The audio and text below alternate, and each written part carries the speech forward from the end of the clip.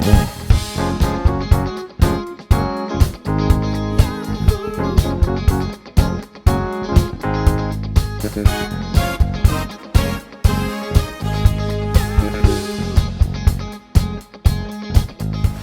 dan svima. Hello everybody, we can speak English or whatever you choose. I'm standing between great reunion in the main hall as the last presentation from these slots. My name is Darko Sehovic. I'm coming from Association of Serbian Banks.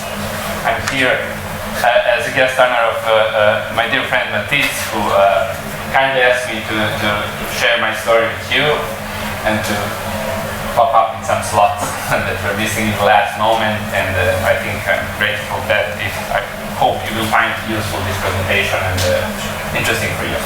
So it's a story about one team. It's our local team from Serbia.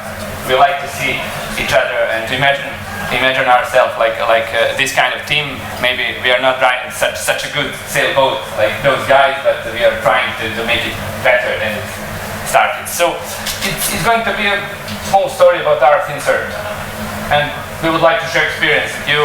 But I think it's interesting. So this is first time we're presenting. This is genuine presentation. It's first time anybody saw it, so it's nice to be in Risco and Lasko. I'm third time here in a row. First time as a presenter, but third time as a guest.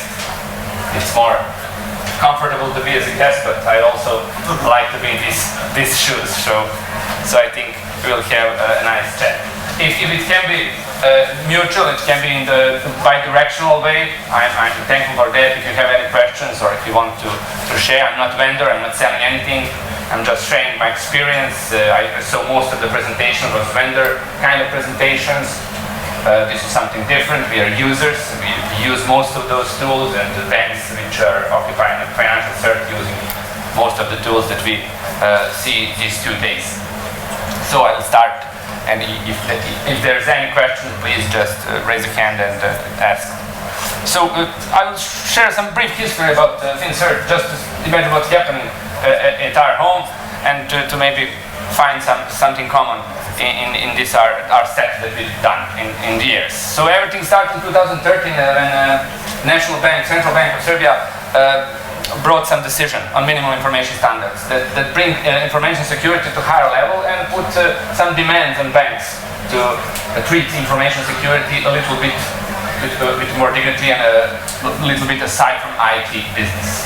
So it was a spotlight on information security. We see that as an opportunity and as a chance to bring some new business to association. So we formed a security committee. It was, I think, 13 committee at that time at association.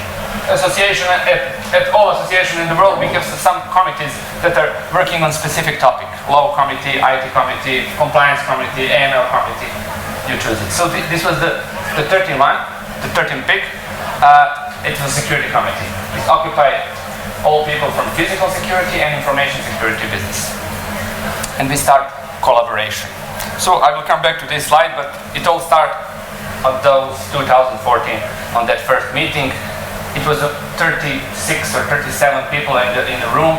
Most of them didn't know each other. That was something I remember from that year. They just didn't know each other. We are not so big country. The financial sector especially is a pretty small one. There was 36 banks, I think, in 2014 in Serbia. So those people are one of maybe 100 information security people in Serbia those days. But they didn't know each other. That was something interesting. So it was nice to have something in common. We're doing the same business, and we tried to find the challenges and to just go through our organizations to look what challenges we have, and we find this kind of challenges ahead. No national regulation at that time. There was decision from central bank, but there was no law on information security. NIST was all in preparation phase, so we didn't have national regulation to back us up in information security way. We have lack of visibility inside the organization, like some industries still have. IT was not so popular, but information security has no visibility, zero visibility in most organizations. In financial sector, we're starting to moving because of that direction. that direction brought some people that are recognized as information security persons, dedicated for that job, and with all those responsibility with that. So that was something in common that we all realized is a potential problem. There is lack of visibility, and when you have lack of visibility, there is a lack of budget. There is a lack of power that you can push to organization as an information security specialist. So there was definitely lack of manpower. It's still there. That's one of the challenges that's still there after 7 or 8 years after that. Definitely lack of power. Even those years, financial institutions where people wanted to go in. Now it's maybe vice versa. They want to go in fintech and something more modern. They want lazy bags. But those years, there was still a row to go inside financial institutions. But there was no educated people on the market. Deficit of experts. You know, maybe you can find 2 or 3 students who want to go in that, but you need experts to give them knowledge and to give them push to go through organization and to give it back some knowledge. And there was a lack of budget. It is probably related with lack of visibility inside of organization, and the management didn't have cyber topic on the board level. Now it is. So now the budget is not a problem for most of financial institutions. There is enough budget. There is some other problems I will show you in the next slides. But we started from that. That was something to give us fuel for doing something at associational level and to organize our stuff. So one of the main stuff that I want to point in this slide, we decided and we realized that we are not competitors. If you mention financial institutions, they are really on competitive level. Marketings are doing all for their side. They are really competitive institutions. They are fighting for every client. We, on that board level, on that table, realized that we share the common risks, common threats. We share the common problems. We face the same issues on the management level with the clients, with the users inside, malicious users with lack of awareness. So that's something that gave us something in common. And that was, I think, the most important for next few years and for the propagation of all community. So we are definitely not competitors. And I'm not King Richard, of course. But we were on the same table with the same mission. And what we find as the benefits of the drivers until these days, we definitely had in front of ourselves network of subject matter experts. As I said, maybe in Serbia there is 100 people who are doing information security these days. 30% was in that room. That was something for start. We grouped around committee. We had somebody that we can use as a, I don't know, when we're sending some letters to the government organization, we were trying to lobbying for something and to interfere in some law, to give proposal or whatever. We had something that we can use as operating body to do on a different level, strategic operation or on technical level. We give better visibility in the years to come, because we now in front of board members of association, where all presidents of all banks are sitting, we gave better visibility. We started to give them reports on a yearly basis, just to realize how it's in cybersecurity sector in Serbia is doing, just to give them comparison between different banks. They had those kind of reports for their groups and their own banks, but now they had much bigger visibility on the national level. It was sharing of knowledge, what is maybe, I think, most important for those people who sitting there. Ability to spend 2 hours speaking with their colleagues, sharing the knowledge, problems, experience with the vendors. It was really beautiful to listen to them to, I don't know, going through all NG firewalls or, I don't know, data loss prevention system they have in banks, and share experience with vendors. Which one is a good one, which one don't have such good support. So that's something that is really have some good value for them, and it costs nothing, just few hours of their time.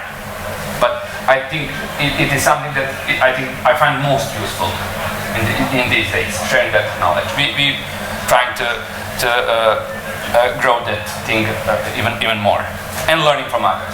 that is related to sharing of experience. They will learn from each other. We try to organize, if some from that group is specialized in something, we try to organize some class for sharing knowledge. What we are fighting, what we are fighting from these days to nowadays, this is something that is common probably to your organization also, and most of the people in this conference. It's phishing mails.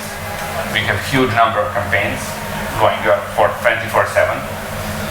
Maybe not in 2014, but now, last few years, they are just going around. They're sending phishing mail in name of every bank, just rolling out. They mostly use the biggest bank because there is a huge number of clients, but they use a small bank as the same.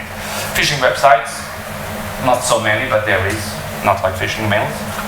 It's 90% of phishing mails, but there is also a huge number of phishing sites that pop up that we are trying to block and to bring down to different services. There is a business email compromise campaigns. That's maybe not such a huge number, but it's huge in damage. That's, I think, maybe the biggest problem from all those slides. Because if you steal for $100,000 from some small company, maybe it's end of life for that company. Because maybe they can repair from that. From some big company, 400K is maybe okay. They can get a punch and go like a resilient company with budget they have. But for some small company, it's just end of the game. So basically, we try to do as much as we can on those level. You will see how, and you already know it's awareness campaigns and sharing of threat indicators on the financial institution level, just to try to spot those kind of mails and transactions before they were going live in SWIFT system or some other system that their banking used for exchange of money. Ransomware, maybe it's not popular these years when it started, but now it's everywhere. Behind those phishing emails, are mostly ransomware. If it's not ID theft like on those phishing sites, where it's mostly ID theft behind that, but ransomware is something that brings a lot of money, as you know, to the company of organized criminal organizations. They just earn a lot of money, and they do the business very well from the point of business organization. DDoS attacks, not so popular, but there are. In the last 5 years, there is also ransomware DDoS attacks. That's a new combination. They just ask for money not to put DDoS attack. That's the one vector of attack, and the second vector is put the DDoS attack to disguise the real one, just to make a noise. So when we see DDoS, it's probably really something for discovering a disguise of some other attacks, or it's just DDoS that threatening to have some money to ransom. Of course, if it's not hacktivism, then they don't ask for money. They want just some other political rights or other opinion to put online through DDoS attack. So we have frauds. A lot of fraud, a lot of different fraud. There is in every financial institution special department fighting with fraud.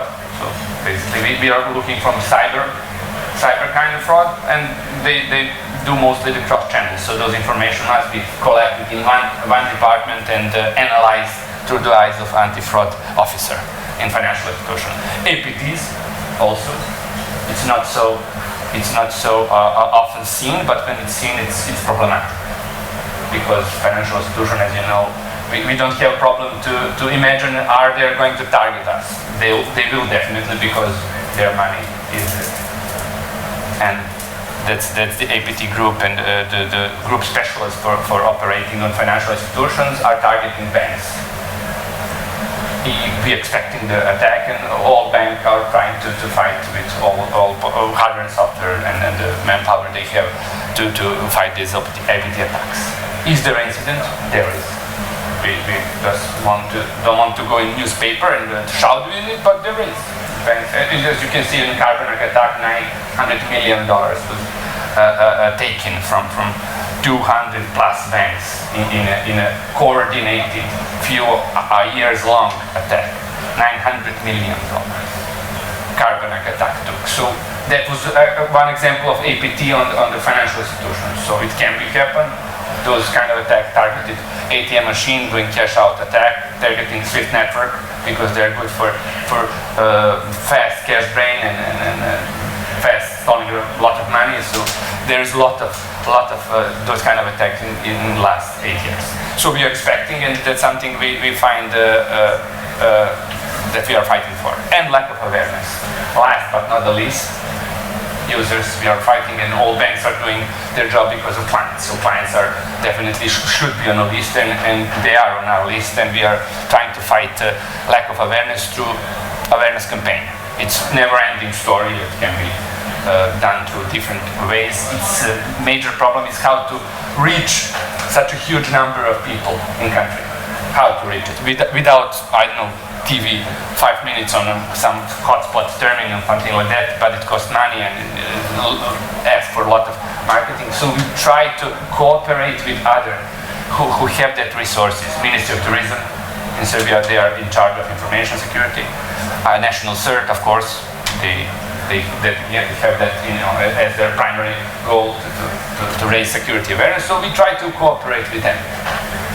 All banks are doing the awareness from their self and from their perspective, from their own budget, but they're doing in the name of that bank. We are trying to put that on national level and to do that as a financial service. So we will try to reach as much as we can there.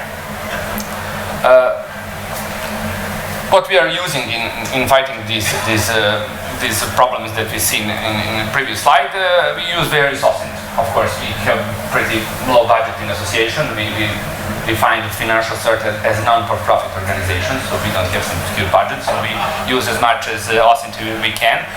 We decide to use MISP as a platform for information sharing, in fact, information exchange platform. It's also part of the open source community, is in de facto standard. We decide to choose on a risk monitoring, cyber risk monitoring software. I won't mention vendors because Matthias asked me not to do. So we use software for cyber risk monitoring of all our members, and that's something that they get when they pay membership fee. That's something what's come as a packet for that membership. We try not to earn any money, but to bring them all. And that's something that is interesting, not from vendor point of sight. You will see why. Because we try to get as much possible price through FIN-CSIRT, much better than on bilateral agreement with the bank and vendor itself. So we try to go to vendors to find the right one who see opportunity in this kind of sale and presentation, and we find one who gave us a really good price for service that we find useful as a basic service and that we offer to our members through really small membership fee. So that was something that we find very useful because our clients get pretty good software for almost a peanut. We use that software for third-party supply monitoring because we see that as a major risk for financial institution and for all other industries as well.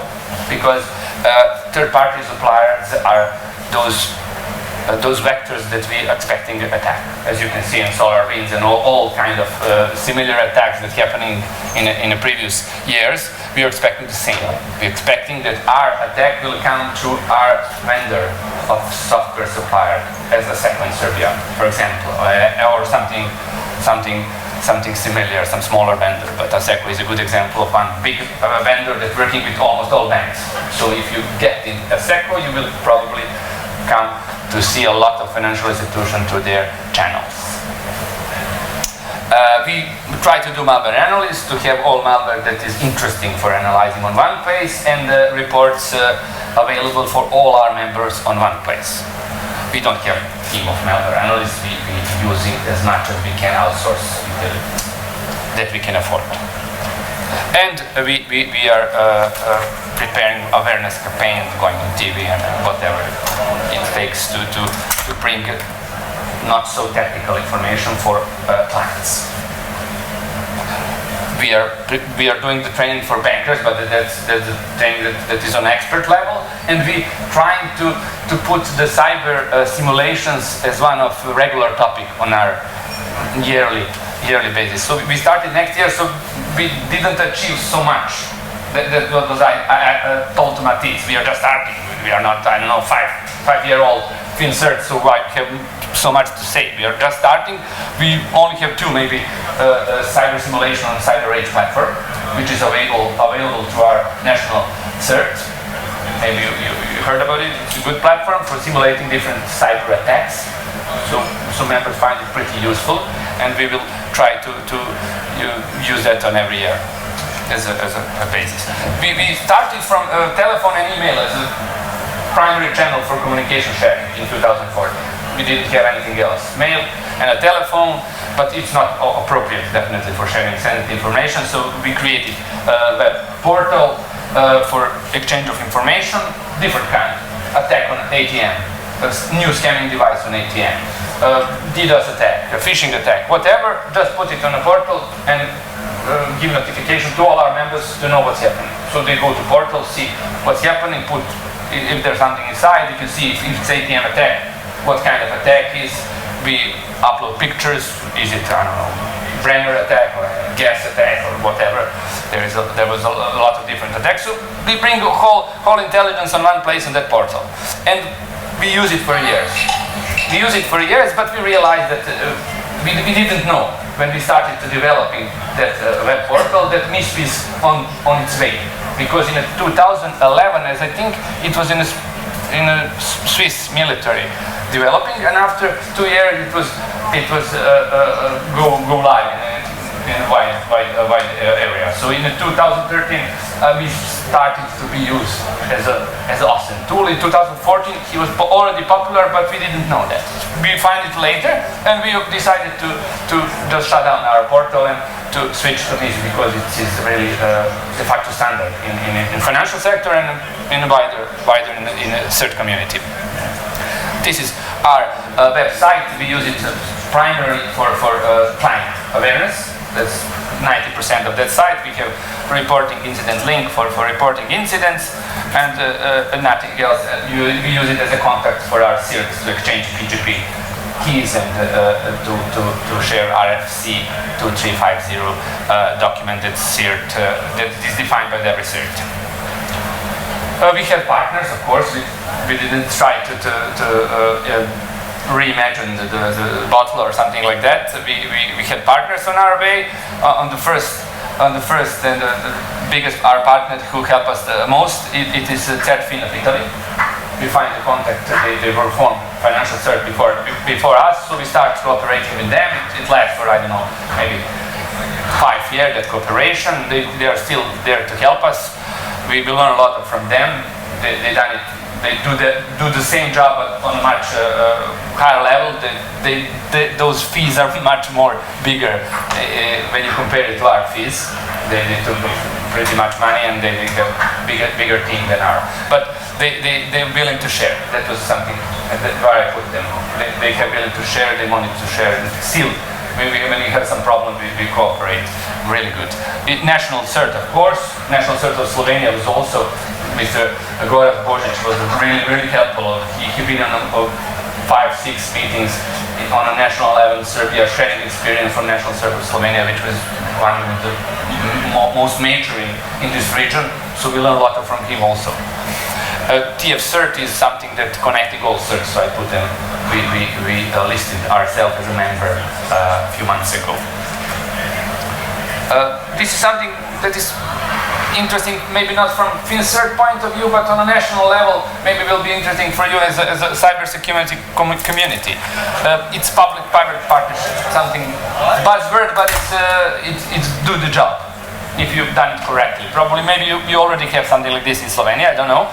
But we had OIPS or OSCE as an initiator of one group. It was called Petnica Group, which grouped all cybersecurity actors from all relevant sectors in Serbia and put them together in one place. It was Science Center Petnica in Serbia, mostly used by primary and secondary school students for exchanging knowledge. And they put us inside of Petnica and said, know each other and start cooperating on the national level.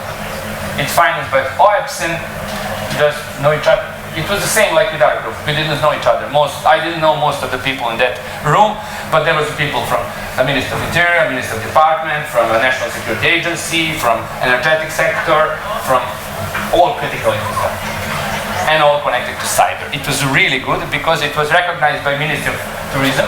It was recognized as something important, and during the years to come, it was put that group on a national level, and now government is willing to cooperate with that kind of group.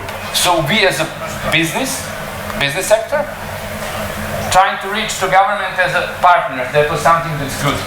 And all those actors are pretty fine, and those model is now trying to replicate around on other countries which don't have such groups. So it's something really, really interesting. We are in a process of signing memorandum of understanding with our Ministry of Interior. We identified, except of course National Search, we identified Ministry of Interior and High-Tech Crime Department as something that is interesting for us to share IOC and to share knowledge. So that information is also interesting for us. There was a Cyber Tesla, which we've been as a guest last year. We hope to be as an actor next year. It's a cyber defense exercise organized by the Ministry of Defense. It's really interesting to be between those military kind of network as a public sector and private sector together. So it was an interesting experience. Cyber Hero is our program for students and some kind of capture the flag organization that we're supporting as a financial CSIRT, because we see potential of those students coming back in the information security industry. We need that kind of circle, so I put it there as also something that is part of our public-private partnership. Okay, vision and mission. We would like to cooperate, and I will just go back. I have only 2 more slides, but in 2018 we got approval from our board to go in a certain direction. We have a lot of issues with our central bank because they wanted to be FIN-CSIRT, but they do nothing to be the FIN-CSIRT, and we had lack of 2 or 3 years. They giving us a break for that job. After that, we do the statute upgrade. It is really, really difficult in an organization that is 100 years old to change statute, but we done it. We changed statute just to be recognized as a CERT, because it must be in the statute. Our national law on information security as that. So in 2020, we realized we don't want to build banking CERT. The first name was banking CERT, but we realized it must be on a higher scale, it must be on financial level, because financial sector is recognized as a critical infrastructure, and that depends for all critical infrastructure. It must be on that level. So in 2021, we registered our FIN-CSIRT as the first sectorial CERT in Serbia. There was not, until now, there is no other sectorial CERT in a private organization. And we see the regulations are coming, and the critical infrastructure will be more and more important and more regulated. So we think it was a smart move to go in that direction and to cover all financial sector, not just banking, and to be isolated. So our vision and mission is to create a network for whole financial sector, not to go on a commercial way, not to interfere with other commercial CERTs. We have a lot of CERTs in Serbia. You wouldn't imagine the number. It's I think 14 or 15 CERTs in this day. Real lot of CERT. I don't know how they are all doing, but there is not CERT that they're doing only the CERT job. They only have other income streams in their portfolios. Science by the road. We are trying definitely not to reinvent the wheel. We use as much as we can knowledge from others, like FIN-CSIRT of Italy, and information that we can find on publicly available. We use mostly this cyber information and intelligence sharing initiative. It's very useful. You can read it if you haven't seen it, because it's just a template for all of us to bring information sharing with our organization. Never mind, is it financial sector or medical sector, health sector or public sector, whatever. It's really good document. It has all blueprints for building community share through MIS.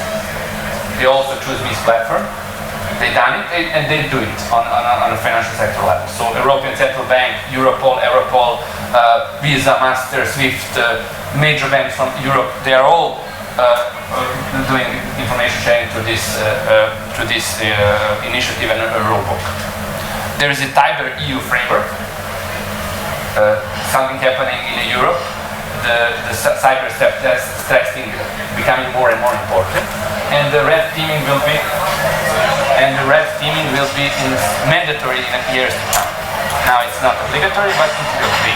So the European Central Bank took Tiber framework from the Netherlands and rearranged it for financial institutions, prepare it and put it there.